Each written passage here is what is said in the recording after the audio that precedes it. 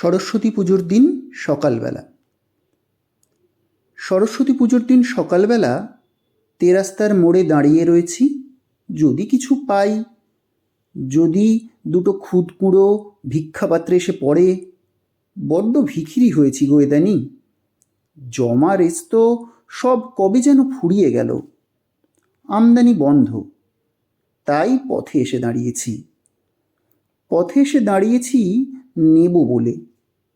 আমি পথেরই ছেলে ছিলাম, কিন্তু মহাজনদের নিষেধ ছিল কুড়িয়ে নেওয়ার। তবু আমি চুরি করে একটা দুটো সেই সব স্মৃতির ভেতরে ঢোকার চেষ্টা করছি। বড় অনভ্যাস জমেছে। কিন্তু আজ খালি ভিক্ষে করার দিন। ওই উড়ছে দুনিয়ার খুকিদের ও খুকি খুকি ভাব মেয়েদের স্বাধীনতা দিবসের পতাকা, হলুদ শাড়ি। কিন্তু আমার আর মায়েরই প্রেমিক হতে ভাল লাগে না।